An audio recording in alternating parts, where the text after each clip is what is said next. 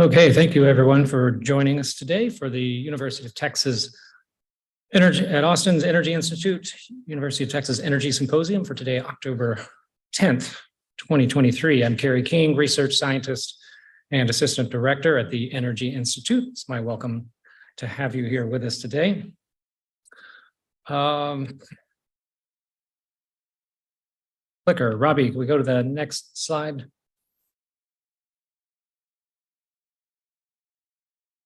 Before I introduce today's speaker, I'll just highlight a couple of the talks that are upcoming.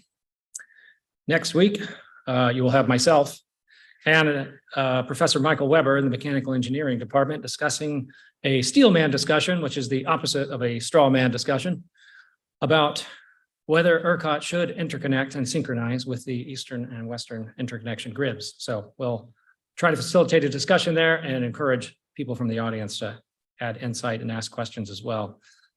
The week after that, we'll have Neil Kern, who's from EPRI, the Electric Power Research Institute, to talk about their hydrogen and low carbon research initiatives. But today, it's my pleasure to have Kevin Book. Robbie, next slide.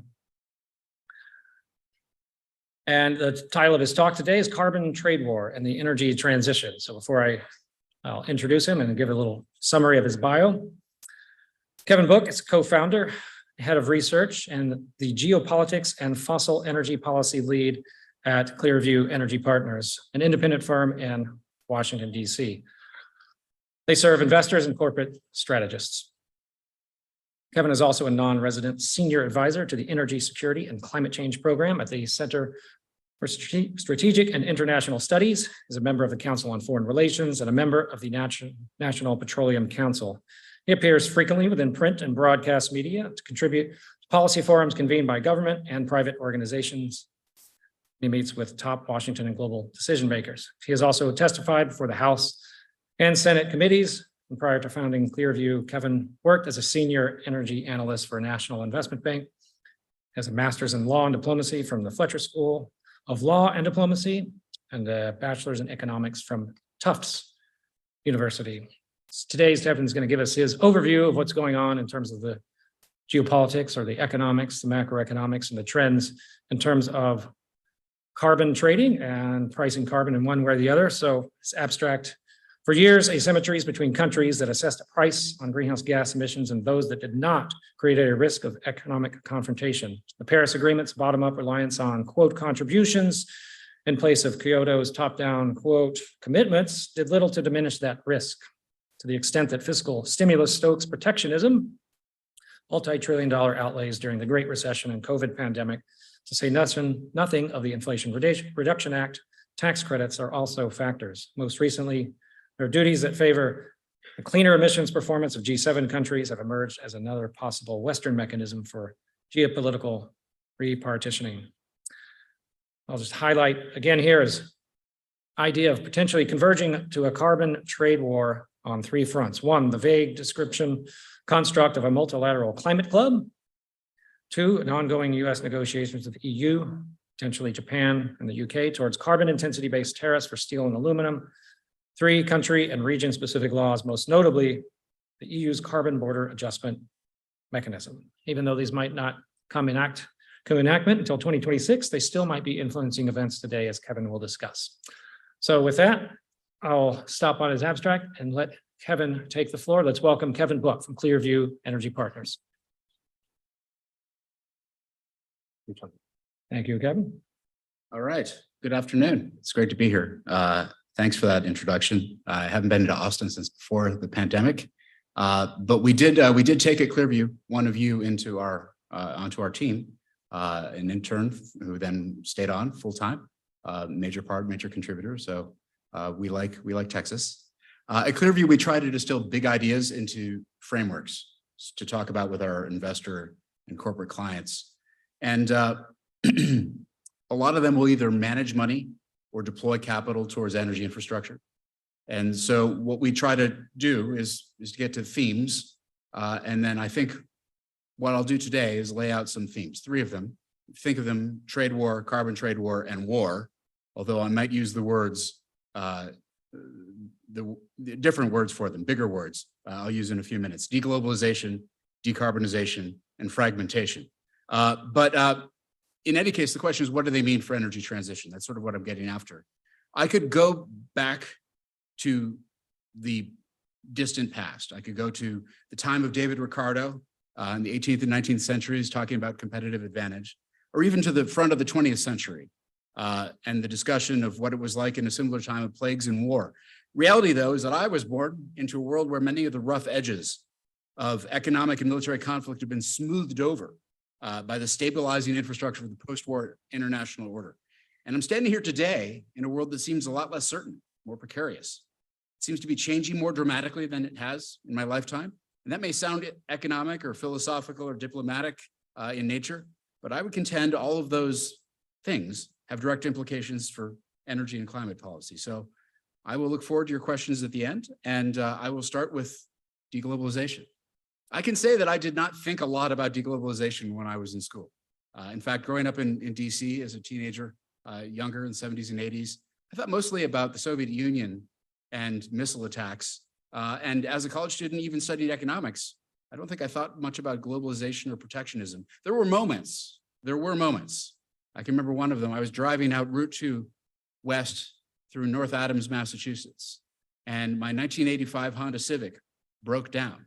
I would learn weeks later that what happened is that the timing belt had snapped and the engine basically destroyed itself. But at the time, I found myself across the street from a service garage, and I felt very, very fortunate. So I walked in, and there was a guy sitting there in an empty service bay, and I said, "Hey, can you take a look at my car?" And he said, "I can let you use the phone if you want to call the Honda dealer." So that was spring of 1991. That would be 4 years before the World Trade Organization and the apparatus of muscular globalization emerged from the protracted diplomatic talks, the Uruguay round of the protocol known as the General Agreement on Tariffs and Trade. I was paying a lot more attention to the issue in December of 1999, the World Trade Organization ministerial in Seattle, when protesters against globalization basically shut things down. They called it the Battle of Seattle.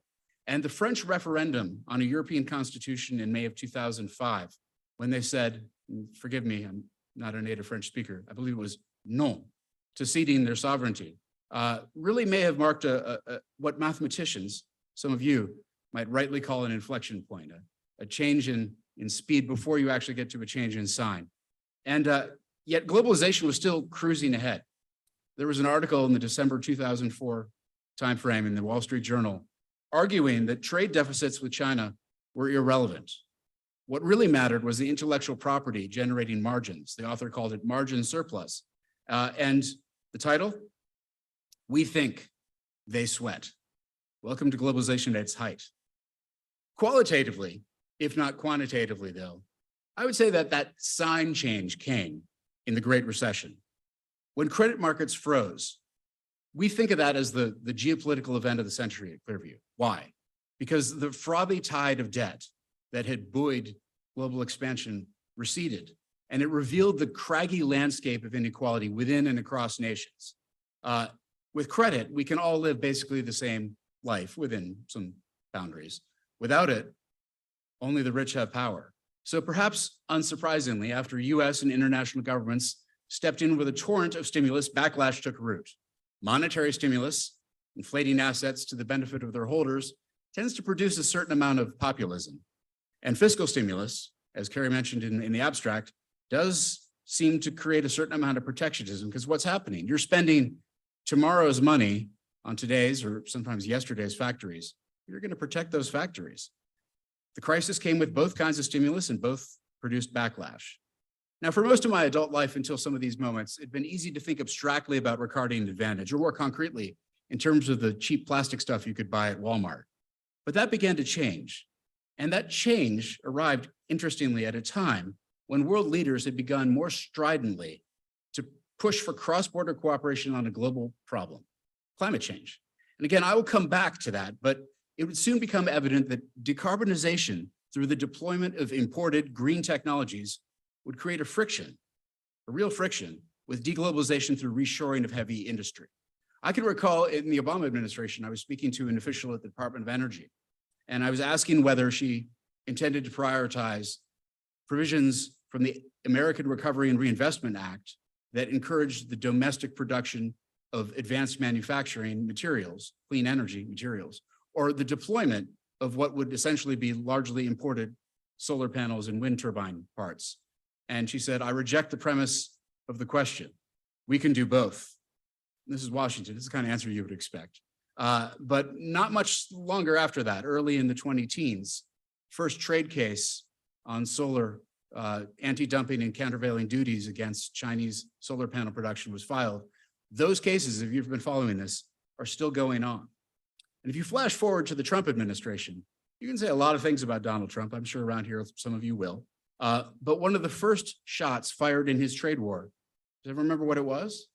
It was washing machines and solar panels using Section 201 of the 1974 Trade Act, safeguard tariffs to protect a nascent industry. Real estate developer from New York, not obviously a fan of renewable energy, but very much supporting a platform of putting America first by deglobalizing and bringing heavy industry home. So at the end of that administration, I think most of you will recall, supply chain breakdowns during the pandemic would make Western leaders at least as suspicious of imported goods as they were of financial markets at the end of the banking crisis. So the incoming Biden administration did not exactly reject the America First ethos so much as they rebranded it. U.S. Trade Representative Catherine Tai calls it, quote, a trade policy for the middle class, end quote, end quote. And it would turn out that President Biden would extend those Section 201 safeguards on solar panels, although he has a bit of a nuanced position on deglobalization versus decarbonization. And that includes his stance on suspending tariffs in a recent anti-circumvention case on the anti-dumping and countervailing duties for solar panels that I mentioned before. The Inflation Reduction Act infused many of these previously origin-agnostic credits with essentially labor-friendly domestic content protections, prevailing wage requirements. It was a law that began under the marquee of building back from economic catastrophe, morphed into a platform for great power competition with China, and then eventually settled on inflation reduction. So it may not be surprising that its energy policy seems a bit tangled, and sometimes at cross purposes. The decarbonization, deglobalization dichotomy has not gone away either. If you watch President Biden's recent speeches, he goes to factories and he talks about how they're going to be manufacturing at home now, very much coming down on the side of deglobalization. But when you listen to what his executive branch agencies are doing and the way they're interpreting the Inflation Reduction Act, it's mostly about deploying faster decarbonization. So let's talk about decarbonization. So we got through trade war, we're moving to carbon trade war. Let me pause here to ask a question. You don't have to answer, but I'm curious. How many of you would call yourself climate deniers? The record reflect for anyone online who can't see, 0. How many would call yourself climate skeptics? Record also reflects 0. How many of you think there's a slight chance that maybe some of you or maybe some of the people watching online could be skeptics or deniers, but they wouldn't raise their hand either? This is where we are.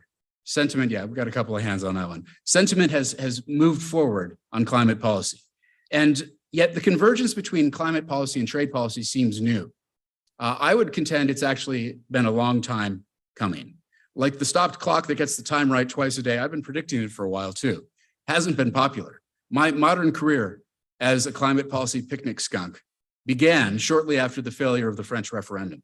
The Russian Duma had voted in November 2004 to ratify the Kyoto Protocol for the most self-interested of reasons, to monetize the free allowances that had been allocated during the Soviet Union when the economy was booming, so that the Kremlin could sell them now that it no longer was. These were the credits that were later known as hot air.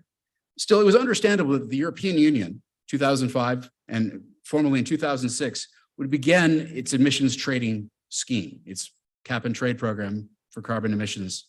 And it eventually began regulating power plants and heavy industry because those were the heady days of the Kyoto Protocol when global federalism, the idea of a carbon fiat currency, allowances and offsets, transcending national borders, really looked like it was going to be the solution. Collective action that would address emissions and emissions reduction goals. As a student of economics, I found a lot to like in the brutal efficiency of well-optimized markets. However, given what had just happened in France, having borne witness to the raw power of economic sovereignty, I wasn't so sure I believed any national leader would put his or her short-run domestic productivity or political popularity at risk in service of a long-run international problem of the global commons. Also, the elegant premise of capturing a ton emitted in a developing nation to offset emissions in the industrialized West came with plenty of challenges, not least of them fraud. Also, questions of moral hazard. I can recall one project developer, and I'm neither exaggerating nor criticizing, telling me that he loved pollution. Of course he did, because eliminating pollution was a way for him to get paid. A firefighter might feel the same way about fire, but it wouldn't benefit society if firefighters started blazes simply to put them out. So this may have been heresy in the high church of climate, but the general agreement on tariffs and trade, the precursor doctrine to the WTO, came with several general exceptions to trade rules. Essentially, two of them, Articles 20B and G, if you care, for keeping track at home. I don't know how many of you are ever going to go look at the GATT Article 20 general exceptions, but they're there. They're there if you need them. They would provide for tariffs against polluters of the global commons. Bringing this up back then, I was admonished that proceedings of that sort would fly in the face of global carbon markets, clog the tribunal established in Geneva for sorting out trade differences, the WTO. But I couldn't help wondering, how long would Europe bear the cost, bear the burden of reducing emissions in a world that continued to build coal-fired power plants? The answer, it turns out, was not very long. Very soon after the ETS went into effect, Europe started trying to find ways to externalize its price on carbon. An early version of the EU Fuel Quality Directive would have penalized carbon-intensive petroleum products refined from oil sands. We're talking about 2007, 2008. Anyone guess what the problem with that would have been? Well, it could have had a deleterious impact, penalizing imports of scarce petroleum at a time of shortage and high prices, not so politically popular. Subsequent proposal to go after aviation emissions inbound and outbound from the EU. It took off and it nearly reached cruising altitude before it became evident that it could have been, well, a deterrent to tourism, raising the price of transport. But there was an asymmetry. That was the word that Kerry used in the abstract. And it flew in the face of one of the most fundamental of global trade principles, something called national treatment. National treatment is a non-discrimination concept. It basically means what it sounds like, treating imported goods like domestic ones. Producers in the home country, exporters are neither advantaged nor disadvantaged. By this most basic logic, exporters of goods from high-emitting economies did seem to be dumping on Europe's shores.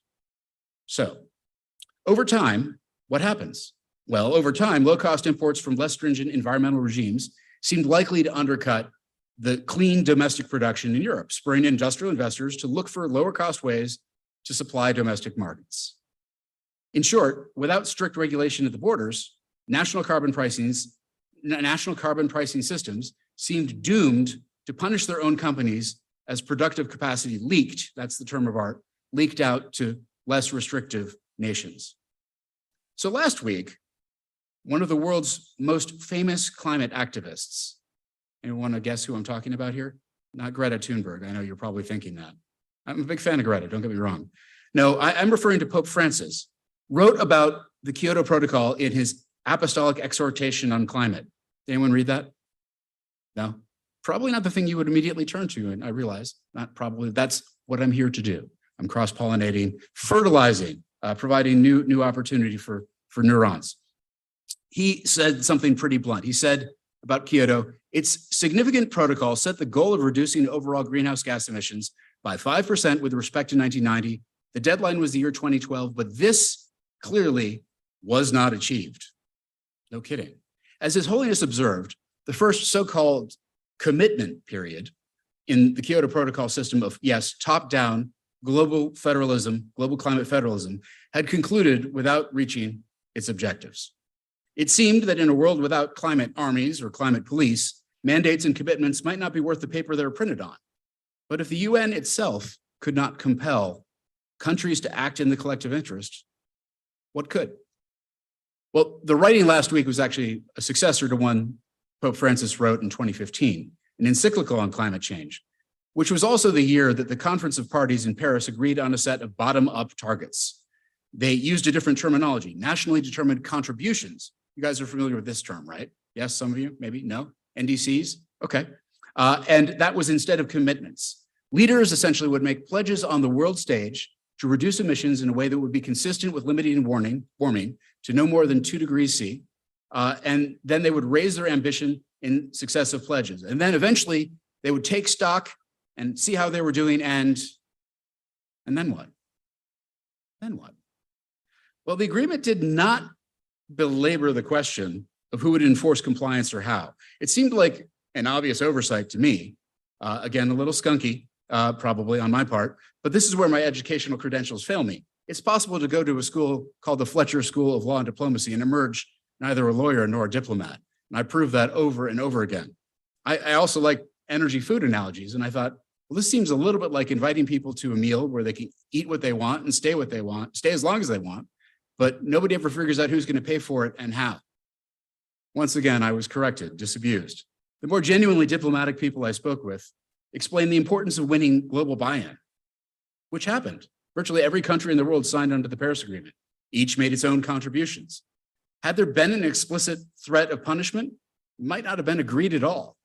In any case, 2023, this year in Dubai, is the year that the parties to that agreement take stock, which in refreshingly transparent nomenclature is called the first global stock take, so the GST. The group assigned to compile results preliminarily has already concluded that we're collectively way off course for 1.5 degrees C and probably going to blow past 2 degrees C too. So here I return to Pope Francis's indictment of the global negotiation. The accords, he says, have been, quote, poorly implemented due to lack of suitable mechanisms for oversight, periodic review, and penalties in cases of non-compliance. The principles which they proclaimed still await an efficient and flexible means of practical implementation, end quote. So, who's going to be the climate cop? I mean, like policeman on the beat. Well, if you want to talk to somebody with a keen understanding of economic sovereignty, I say you should talk to a European official. In fact, they're pretty good when it comes to protectionism too. For example, some of you may enjoy a crisp sparkling wine. I don't know, maybe not. But if you do, and you occasionally refer to it as champagne, you should know that unless it actually came from the Champagne region, under European law, the so-called appellation d'origine contrôlée, it's just a sparkling wine. Which brings me to European Commission President Ursula von der Leyen, not French, but German, who campaigned on a climate forward platform in 2019 that included carbon border adjustments. She was proposing to put a tax on the imports of goods that exceeded European greenhouse gas performance parameters. Von der Leyen won, she began her efforts, and that wasn't the only thing she did. In December 2020, she extended a hand to newly elected President-elect Joe Biden with something she called the Agenda for Global Change. What she was proposing to do, in essence, was to combine transatlantic economic heft to promulgate common Western societal and economic norms. That sort of talk takes a lot of moxie. I mean, taxes at the border can raise prices for domestic purchasers. And higher prices, you don't have to know a lot about politics to know that's not usually very popular. But von der Leyen also appreciated the scale of the European market, and for that matter, the United West. So if you look at last year's numbers from the IMF, G7 member countries on their own, about 44% of global GDP. And if you add in the rest of the EU, which conventionally we consider part of the G7, you get above 50%. They only emitted about 23% of global carbon dioxide, or 28% if you count the rest of the EU. And let's face it, export-reliant nations want to sell into big economies. So the idea of putting a tax at the border might not be so self-defeating or crazy. There are also some precedents that are worthy of note. In 2000 and in 2002, the United States lost a trade case, actually two of them, against Europe before the WTO. In 2004, Brussels began assessing a duty on exports of US manufactured goods. Started at 5%, and they raised it 1% a month. Began in March of 2004, which was an election year, And by October of 2004, the Congress had changed the law. Why? Because people on Capitol Hill thought that bureaucrats in Europe should tell them how to write tax policy? No. It was, as I mentioned, an election year.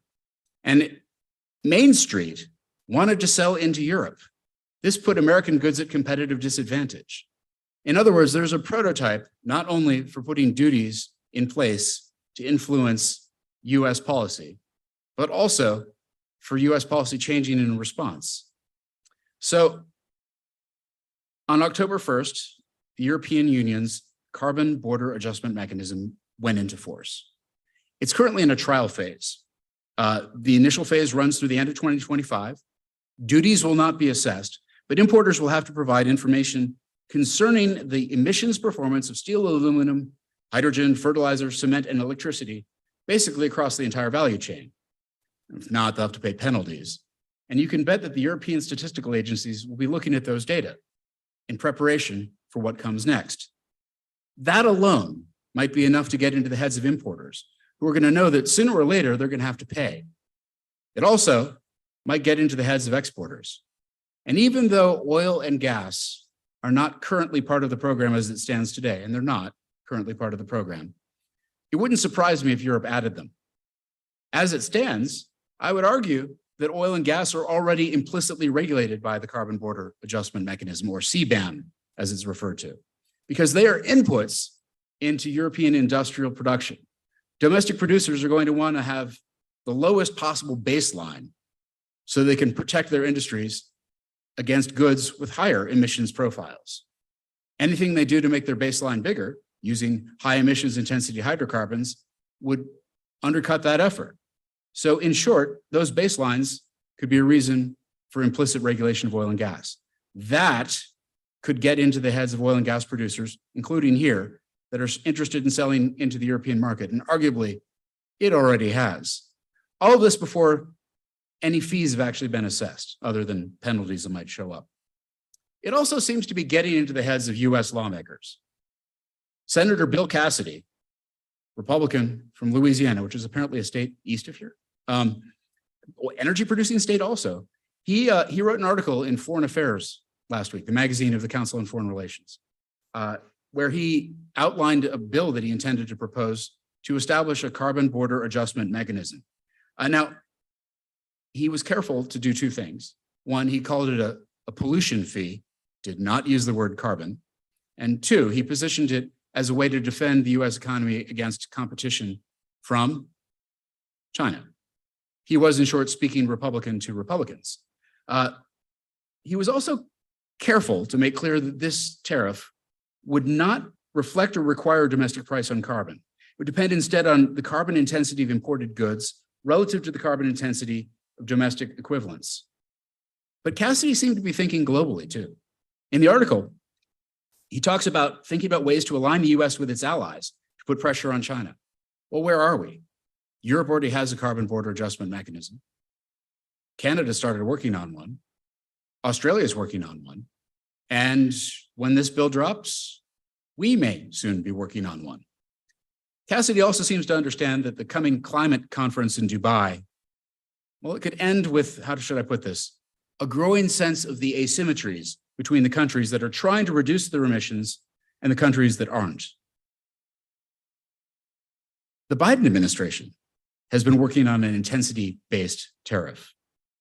Now, it isn't going so well because they're trying to do it with the European Union, but it was once called the Global Arrangement on Sustainable Steel and Aluminum, which in a town that loves itself a good acronym, I have to say that GASA is a pretty good acronym. But it turns out that it's now the Global Steel Arrangement, and the sustainable part may not work exactly as planned. The European protocol involves a price-based border adjustment. This one doesn't assign a price at all. It works on the basis of intensity.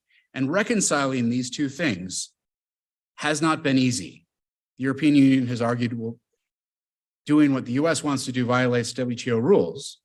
And our protocol, we've gone to great lengths to make sure that it does not. A couple weeks ago, US Trade Representative Catherine Tai forcefully rejected that proposition. She basically argued that Europe is quite sure that they know what they're doing with WTO compliance, and so are we. Not in those words, but she made that point. It was probably a sign that the US and EU were not going to hit the deadline they set 2 years ago for the end of this month. And there are articles now saying that they're going to have the announcement in January. But what the Biden administration is talking about doing with steel and aluminum is actually very similar to what Senator Cassidy is talking about doing with a range of goods that include steel and aluminum. And if you take these disparate protocols in these different countries, and you put them together, what would you call a bunch of people aligned in purpose with the same basic goals, but kind of different, hanging out together, doing the same thing? You might call it a climate club.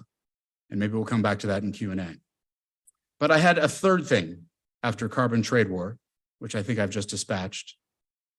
Fragmentation, or simply put, war. Technically speaking, the war in Ukraine is a battle between two adjacent countries on the far side of the Atlantic. The US government has not declared war. No soldiers, US soldiers are actively engaged in combat. Washington is providing military and economic support to Ukraine with a stated goal of degrading Russia's military capabilities. Few people in DC would say that America is at war with Russia. Russian President Vladimir Putin would say otherwise. He's described it as a proxy war against Russia. Now, I have no particular inclination to side with Putin.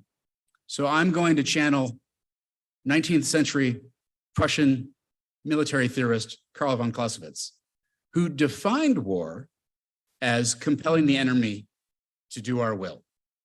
You could argue that over the course of the last 2 decades, the US has increasingly leveraged the global connectivity that came from the decades of joining together to project economic force through financial sanctions, export controls, prohibitions on investments, and yes, tariffs.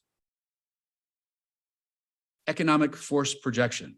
We may not talk about the battles we fight with economic sanctions as if they are wars, but we have used the primacy of the US dollar as a global reserve currency and the centrality of US dollar clearing to global trade to impose significant blockades on the economic apparatus of rival states. And for what it's worth, some of those rival states, for their part, think of the sanctions as an act of war. Now, thanks in part to a modicum of energy security afforded us by shale, we've even targeted some of the world's most prolific oil-producing states, including Iran, Venezuela, and yes, Russia. When it comes to carbon tariffs, it turns out that our industrial investment, our environmental policies, and our resource base confer some fairly significant advantages. We're a net energy exporter with a relatively clean economy. So carbon tariffs can be a tool in a similar fashion. It may be an oversimplification. It is an oversimplification to think of the world as one that is evolving into two sides, one loosely grouped or maybe tightly grouped around the G7 and some other partners, and the other, the BRICS countries, a bifurcation. Or maybe you can divide it into NATO versus the Shanghai Cooperation Organization. However you want to sort out East and West, the carbon numbers work for the West. So taking the West writ large, and I'm going to count the G7 only at this point, 0.182 kilograms carbon dioxide per dollar carbon intensity, compared to the non-G7 G20, so the other major economies in the world, X the clean Western countries I just mentioned, at 0.542, about a 3X delta. So 3 times more carbon intensive in the rest of the G20 than the G7. Or if I want to compare the G7 plus Australia, which is, and the EU, which is sort of collectively the price cap coalition, exerting pressure on Russia by capping the price of oil. Fascinating initiative. Then it's about a 3.5X delta relative to the Shanghai Cooperation Organization. 0.194 for the coalition versus 0.715 for this SCO. So to the extent that war in Europe has fragmented the already rusty, Western-led, post-war global order, we're headed into climate trade convergence as a defensive tool, or maybe an offensive tool, in allies' toolkits. No problems, right? Well, there might be a catch. Several, actually. For one, you might reasonably wonder how long the West can continue to use economic infrastructure built during decades of globalization to deglobalize before it stops working. Can we continue selling treasury securities and dollar-denominated debt while limiting the use of the dollar? Did the freezing of $300 billion of Russian foreign exchange at the start of the Ukraine war hasten a migration away from Western currency? Maybe, probably more than maybe. But that may not be the biggest problem. Most economists are likely to agree that putting a price on carbon should increase the efficiency, the carbon efficiency of allocation decisions, at least in market economies. Most economists would probably also agree that carbon border adjustments can function like national prices on carbon. Whether a price washes ashore at the coast, whether it's set in the national capital, it should inform economic decisions just the same. But this is where the WTO was intended to prevent consequences of self-interested economic actors building tariff walls against one another, imposing a price on carbon, and acting out of raw economic self-interest. Simply put, it could be a little bit divisive. Counterparties forced to adhere to pressure tactics are pretty unlikely to be happy about it. I think we've seen that already. See China. And some of them may look for alternative outlets for goods and services. Economies that rely less on private investment and markets for capital formation. The term of art is a non-market economy, but I'm not sure I would say at this point in history we have any pure non-market economies. And it might even be safe to say that we don't have any pure market economies either. In any case, those economies, whatever you want to call them, might be willing to endure short-term losses out of solidarity as they build alternative systems. And the whole notion of replacing a system of just-in-time global sourcing with just-in-case procurement, which is what we're talking about doing here, reshoring, nearshoring, friend sourcing, all of this can introduce frictional costs just because you're tying up more money in inventories. You have money that you didn't have to put to work that you're now spending to keep stuff on hand just in case you can't get it. That's inflationary. And then there are cases where the new arrangements are going to be less efficient than the old ones. I think that's safe to say. Look, replacing economics-based value chains with values-based economic procurement creates a lot of opportunity for inefficiency. So in a bifurcating world, what does the West need? Well, we need friends. We need friends with minerals. We probably need friends with minerals and shovels, because important questions about our will in the West to drill, dig, and build, they haven't been resolved yet. Probably have noticed that the easy part of permitting reform got done this summer.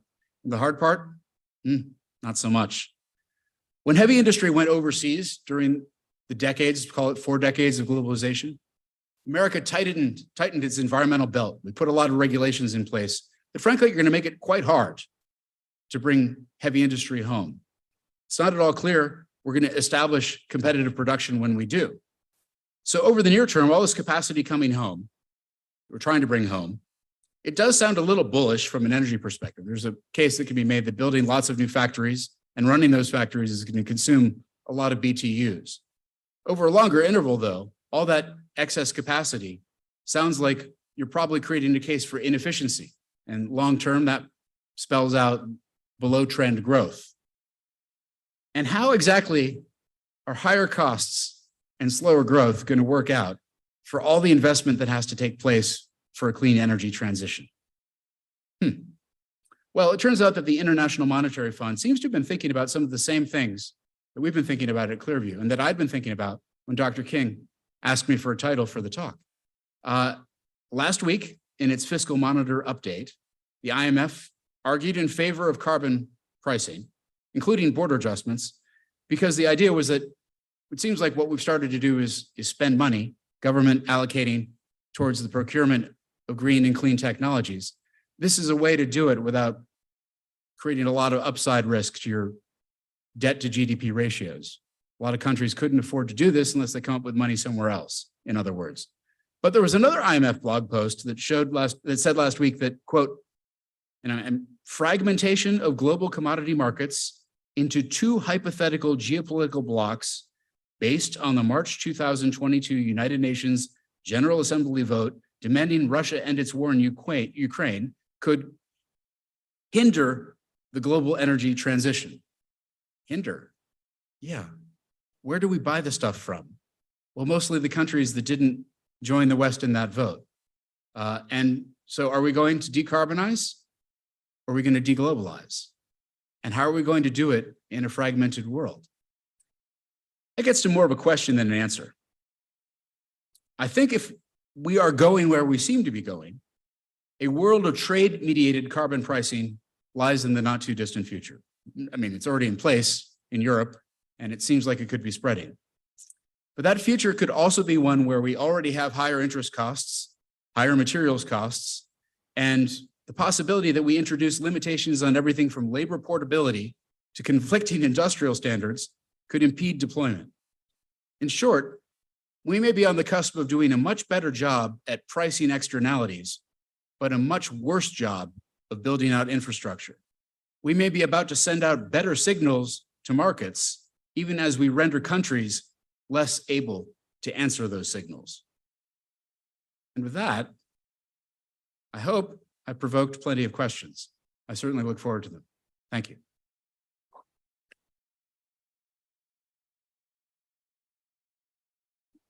Saw the first hand right there. I got us. Wait on a second for the Whoop. mic. Hey, you talked about interest on the Hill and having a carbon tariff for the United States. But in Europe, you know, they have their ETS and they can price CBAM based on prices of their domestic producers in the ETS. We don't have a carbon price. So I don't understand how that's supposed to be a coherent policy here. It's a very big argument. And I don't think I'm not going to take a side. At Clearview, we don't take sides. What I can do is I can recount the rationale. I would commend to you, though, that there was a price on emissions that was passed into law last year. The Section 136 of the Clean Air Act, Methane Emissions Reduction Program fee, which at $1,500 per metric ton of methane assessed, if you run it backwards through a 25 GWP, global warming potential, works out to a $60 metric ton carbon dioxide equivalent price. It's not a national price on carbon, but we have one. There were a couple of bills that have been discussed. One actually proposed, Senator Coons from Delaware proposed something called the Fair Transition and Competition Act in 2021, which did not impose a price on carbon. What it did is it synthesized a price, and it argued that you could take the implied prices that came from all of the regulations, essentially backing into a price. Plus, there are carbon markets in the United States, the Western Climate Initiative, California, the low carbon fuel standard, the RGGI market in whatever it is now, 12, 13 states. The number seems to fluctuate a little bit depending on who's governor and in the legislature at the time. But there are prices. And so the argument you could make is that you could synthesize a price. Where GASA is going and where Cassidy seems to be going with his bill, although we haven't seen it yet, is that you actually assess a tariff based on evaluating differentials.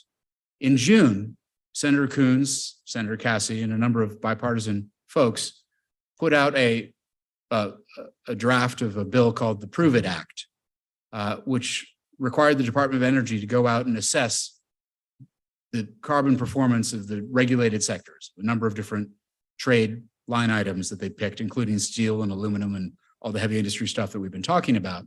And it hasn't progressed to the floor. It hasn't gotten a vote yet in committee, but it does have some support. And what it essentially would do is create what we call the ammunition for a carbon trade war. It provide the documentation to show these differential performance. And now we're getting to a question of simple trade law. If you have something that is an unfair advantage relative to the regulatory requirements of a given place, well, then maybe you can argue that it needs to be equilibrated at the border with tariffs. That, in any case, is the argument for an intensity-based tariff as opposed to a price-based tariff. But let me just briefly comment on the EU. The EU has a problem as well. The WTO determined in the noughts, I think it was around 2008, 2007, that the emissions trading scheme actually wasn't compatible in its own right for this purpose. And so the CBAM does not use ETS pricing. It synthesizes a price by taking weekly averages and creates essentially a certificate price that importers will be required to pay that is closer to the tax that is WTO compatible. So the question of WTO compatibility is also a dicey one. I think it's safe to say that the United States is not as big a fan of the WTO as we were, say, in 1994-95. The appellate jurisdiction that resolves cases before the WTO has been crippled because it doesn't have a full slate, doesn't have a quorum of judges. That started in the Trump administration, but hasn't stopped in the Biden administration. And it seems entirely possible that the US is willing to flout the WTO as a means of getting to a different order, a new system, if you will, something maybe for the bifurcated world. And finally, last thing on that, the starting position was that countries brought their own reprisals against other countries when they felt aggrieved. That was what the WTO was partly there to solve. That was what the GATT was supposed to solve, this means of resolving trade wars so they didn't become frictional drags on the global economy and create inefficient outcomes. Well, the argument is that this sets a price, and the price ends up equilibrating eventually, if not immediately. It may not be the most elegant way to set a price, but it sets a price nonetheless. So I think the argument today is whether or not the US and EU can figure out how to get by. It's harder for them. We have a constitution and they don't. They are a union governed by rules, and they take them very seriously.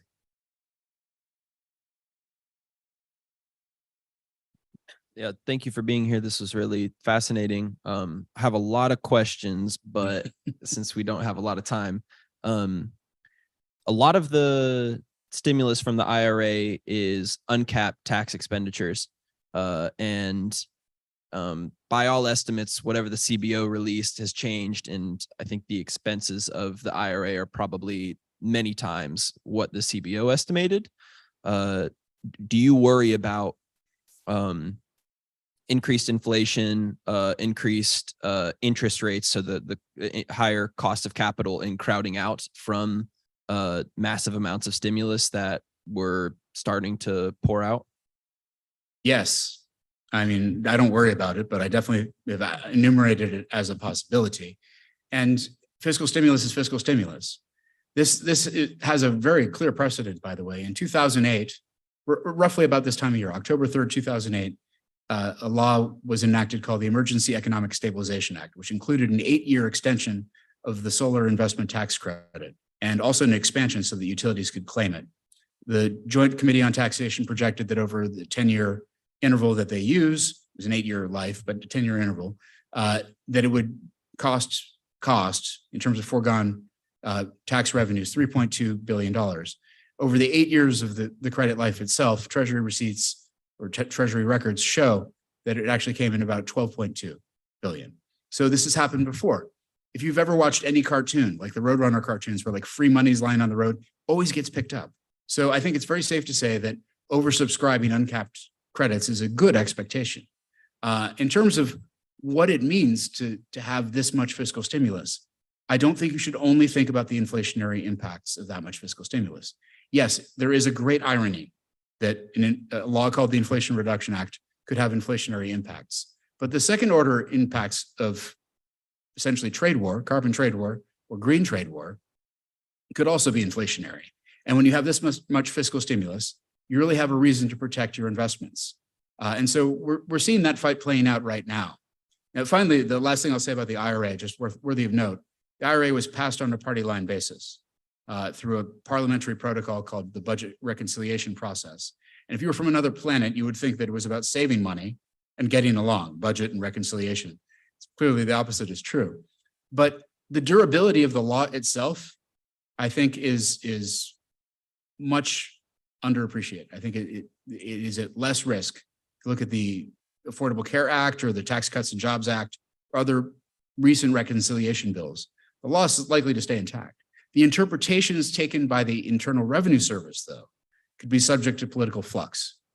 So a differently minded future president might decide to rule differently on some of these domestic content and labor-friendly provisions, setting different bars in different places, determine whether or not battery components and critical minerals fall at different points on a continuum, and decide to allow more foreign or less foreign content in. So there are ways in which some of this could be changed. But the overall headline, unless the law were rescinded and those tax credits were taken away, it's very unlikely that you're going to see less than that sort of 2x, 3x result. Goldman Sachs made something like a 3x or 4x prediction, and I think history bears that out. All right, here's a question from online. There's a lot of headroom for carbon pricing. What prevents countries from pursuing old-fashioned protectionist goals in the name of climate action? Is there any mechanism for disciplining countries that use aspirational carbon prices for protectionist objectives? You sort of touched on this a little bit already in terms of a global climate COP, but any further thoughts? I would never say that carbon pricing is being undertaken in the name of climate for commercial reasons, because you just did in the question. But I think not only is there nothing stopping it, I think it's very likely to be the case. And arguably, if you look at what Cassidy is saying in his bill, he is talking about pollution, and he's talking about the risks of pollution. And to some extent, he's talking about the shoreline in Louisiana, which has been eroded substantially by rising seas, which is something, even as a Republican, he feels very, very sincerely. But he's talking about commerce. And if you ask, if the United States is going to go down the road of carbon pricing, why would they do it? And the answer might be, in the end, to protect industry, not for climate, but for commerce. You can ask, is that the purest? Is that the most ideologically pure result? Well, if you're looking for ideological purity, I recommend you look elsewhere than Washington, D.C. I have a question myself, maybe just to make sure I understand and clarify your climate club. Is there a climate club forming? Do you mean a club within the United States or a club of countries globally, or perhaps both? Well, the notion of a climate club originated in the academic realm.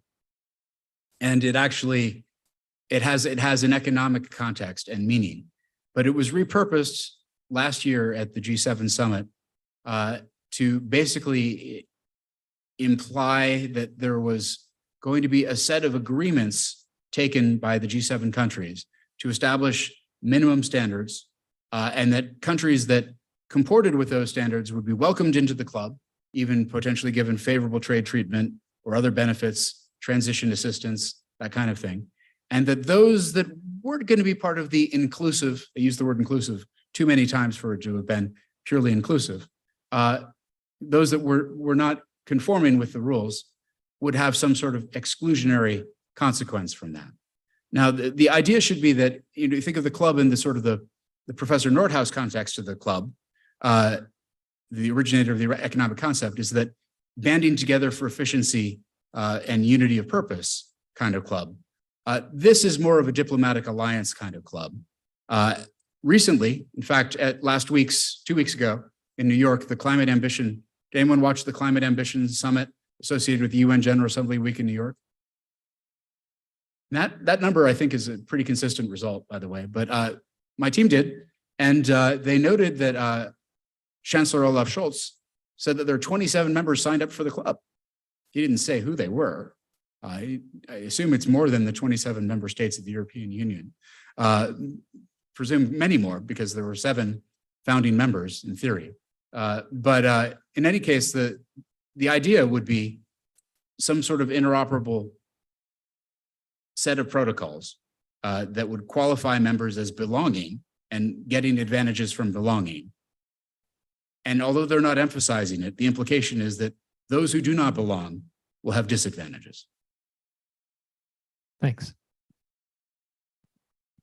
So kind of sticking on the same topic, you brought up alternatives to the WTO. Do you see the WTO still existing in 15 to 20 years? Also, do you see more of an expansion of the United States' market into South America? The carbon market, or what market? I would say in gathering resources needed for decarbonization as a route to isolation and decarbonization. Well, so we're looking for friends. We're looking for friends with minerals, and we're looking for friends with minerals and shovels. So where are we going to look? Well, we already have free trade agreements with several mineral producing South American countries, one of which just recently nationalized its lithium resource, Chile. So it's a difficult thing, but yes, we are working on this. If you go to the history of the oil industry and the expansion of the oil industry into the world, it wasn't long before the resource producing and controlling sovereigns recognized that economic rents were available to them if they changed the rules of the game and nationalization waves became contagious. Arguably, a contagious nationalization of transition minerals and metals is underway also. So to your second part of the question, do the United States and allied parties try to build a net? Yes, they're trying to build a broader aegis of cooperating mineral producing partners. Absolutely. The State Department calls it the Mineral Security Partnership. And the goal is to actually come up with new sources of supply that are compatible with ideological and environmental values here in the United States. Whether it works depends a little bit on the economic proposition at hand. And the mineral producing sovereigns have plenty of say in the matter as well. As far as the WTO, the WTO is part of an apparatus that has existed, arguably the UN is in its 8th decade right now. Do you think there's going to be UN in 15 or 20 years? The answer for those who couldn't hear it is I'm not sure. I'm not entirely sure either. The unity of the United Nations is very much in question on some of the votes. The one that His Holiness mentioned is among others, or sorry, the IMF mentioned. I'm confusing my subject matter experts. But the challenges are quite significant, and the rupture that happened last year raises real questions about the durability of the system in its current form. But could it be recast into something else? Yeah, very likely.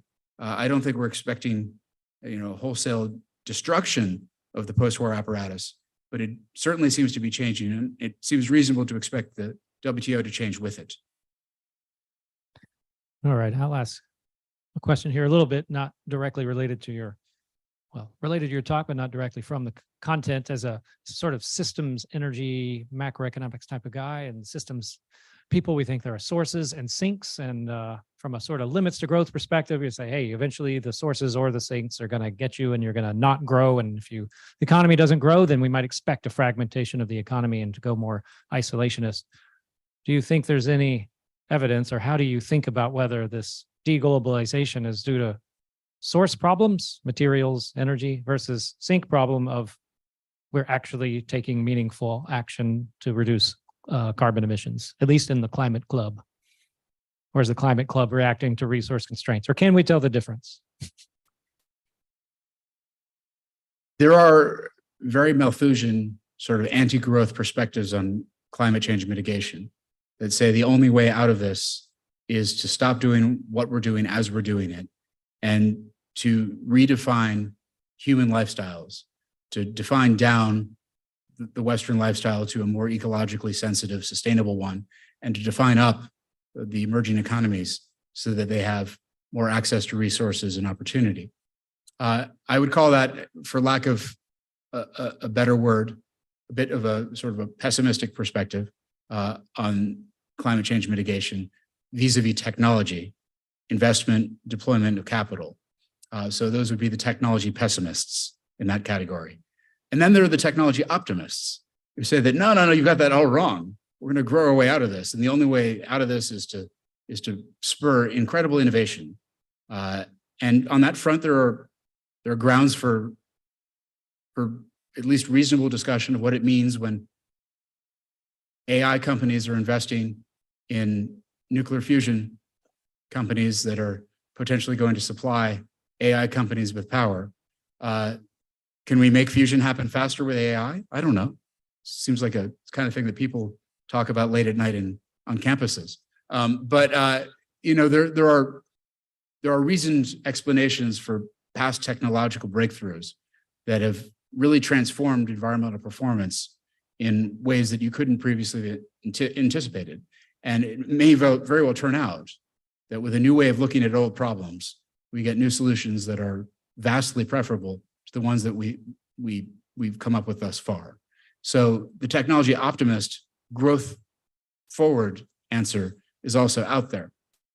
I would tell you, though, that of the two, only one of those two seems politically palatable right now. Nobody in the industrialized West seems eager to be defined. I shouldn't say nobody. The vast majority of people in the industrialized West do not seem eager to be defined down to a different and maybe more diminished set of opportunities. And if you look at the rising price of energy in the last few years and how it is borne out in climate negotiations, high prices did not make people more receptive to transition, even as the argument went, no, your problem is that you're stuck on fuels that are going up in cost. So get off those fuels and the problem will go away. Secretary Granholm made that argument. The European Commission made that argument. That argument wasn't that well received. People said, no, it's too expensive to do what you're trying to do, and the price is already high. Why are you making it higher? And so I think taking away or raising prices is a very difficult thing to sell politically. Last thing I'll say about that, though, I mean, in terms of where the problem lies, this ultimately is not going to go better with fragmentation and subscale production at any level. One of the things I think that a systems mindset produces is a healthy respect for economies of scale. And globalization was one of the great efficiency opportunities, reduced cost and increased quality of life for a lot of people, not everybody and not uniformly, but broadly and in a very significant way. Deglobalizing seems likely to create new frictions and to slow down the effectiveness of transition and everything else we're trying to do. So that is one of the risks. The historical trend has always been towards globalization with periods of deglobalization. So it's not as though we're reversing the entire thing, but steps backward can create a lot of friction, and we may not like it so much. Well, thank you, Kevin. I hope people on campus are trying to think about whether fusion and AI takes us to the unlimited future. And I don't know if you've read chapter 1 of our gracious host of the Energy Symposium's book, but your answer sounded like you did. But let's everyone thank Kevin Book, Clear Energy Partners. Thank you. Clearview Energy Partners. Thank you very much, Kevin. Thanks for coming.